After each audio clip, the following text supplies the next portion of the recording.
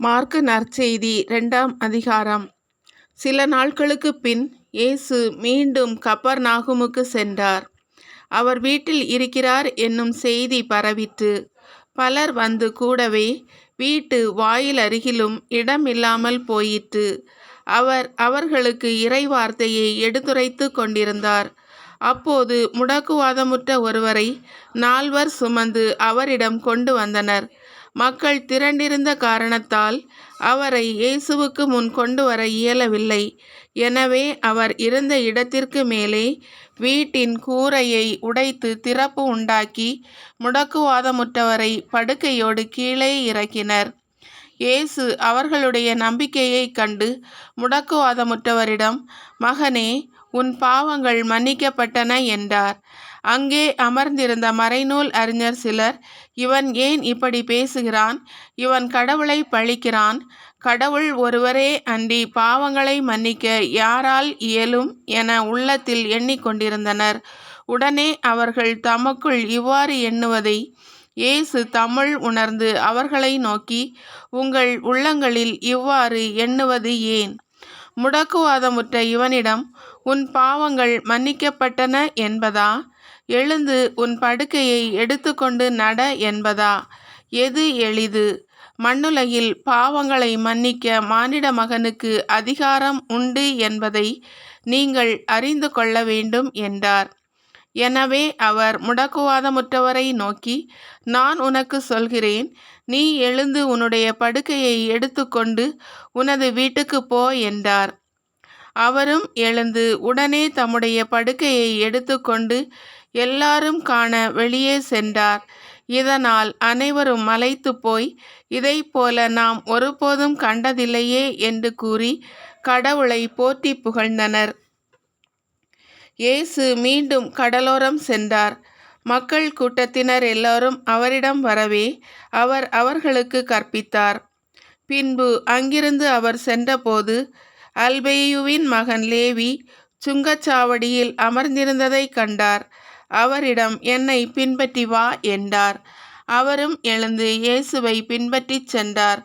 பின்பு அவருடைய வீட்டில் பந்தி அமர்ந்திருந்த போது வரி தண்டுபவர்கள், பாவிகள் ஆகிய பலர் இயேசுவோடும் அவருடைய சீடரோடும் விருந்துண்டனர். ஏனெனில் இவர்களுள் பலர் இயேசுவை பின்பற்றியவர்கள். அவர் பாவிகளோடும் வரி தண்டுபவர்களோடும் உண்பதை பரிசேயரை சார்ந்த மறைநூல் அறிஞர் கண்டு அவருடைய சீடரிடம், "இவர் வரி தண்டுபவர்களோடும் பாவிகளோடும் சேர்ந்து உண்பதேன்?" என்று கேட்டனர். இயேசு இதைக் கேட்டவுடன் அவர்களை நோக்கி, "நோயற்றவருக்கு அல்ல, நோயுற்றவருக்கே மருத்துவர் தேவை. நேர்மையாளர்களை அல்ல, பாவிகளையே அழைக்க வந்தேன்" என்றார். யோவானுடைய சீடரும் பரிசேயரும் நோன்பு இருந்தனர். சிலர் இயேசுவிடம், "யோவானுடைய சீடர்களும் பரிசேயருடைய சீடர்களும் நோன்பிருக்க உம்முடைய சீடர்கள் ஏன் நோன்பிருப்பதில்லை?" என்று கேட்டனர். அதற்கு இயேசு அவர்களை நோக்கி, "மணமகன் தங்களோடு இருக்கும் வரை மண விருந்தினர்கள் நோன்பு இருக்க முடியுமா? மணமகன் அவர்களோடு இருக்கும் காலமெல்லாம் அவர்கள் நோன்பிருக்க முடியாது. ஆனால் மணமகன் அவர்களை விட்டு பிரிய வேண்டிய காலம் வரும். அப்போது அவர்களும் நோன்பு இருப்பார்கள். எவரும் பழைய ஆடையில் புதிய துணியை ஒட்டு போடுவதில்லை. அவ்வாறு ஒட்டு போட்டால் அந்த புதிய துணி பழையதிலிருந்து கிழியும், கிழிசலும் பெரிதாகும். அதுபோல பழைய தோற்பைகளில் எவரும் புதிய திராட்சை மதுவை ஊற்றி வைப்பதில்லை. ஊற்றி வைத்தால் மது தோற்பைகளை வெடிக்கச் செய்யும். மதுவும் தோற்பைகளும் பாழாகும். புதிய மது புது தோற்பைகளுக்கே ஏற்றது" என்றார்.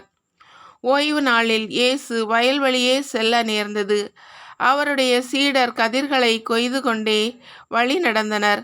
அப்பொழுது பரிசேயர் இயேசுவிடம், "பாரும், ஓய்வு நாளில் செய்யக்கூடாததை ஏன் இவர்கள் செய்கிறார்கள்?" என்று கேட்டனர். அதற்கு அவர் அவர்களிடம், "தாமும் தம்முடன் இருந்தவர்களும் உணவின்றி பசியாய் இருந்தபோது தாவீது என்ன செய்தார் என்பதை நீங்கள் வாசித்ததே இல்லையா? அபியத்தார் தலைமை குருவாய் இருந்தபோது தாவீது இறை இல்லத்திற்குள் சென்று குருக்களை தவிர வேறு எவரும் உண்ணக்கூடாத அர்ப்பண அப்பங்களை தாம் உண்டதுமின்றி தம்மோடு இருந்தவர்களுக்கும் கொடுத்தார் அல்லவா என்றார். மேலும் அவர் அவர்களை நோக்கி, ஓய்வு நாள் மனிதருக்காக உண்டாக்கப்பட்டது, மனிதர் ஓய்வு நாளுக்காக உண்டாக்கப்படவில்லை. அதனால் ஓய்வு நாளும் மானிட மகனுக்கு கட்டுப்பட்டதே என்றார்.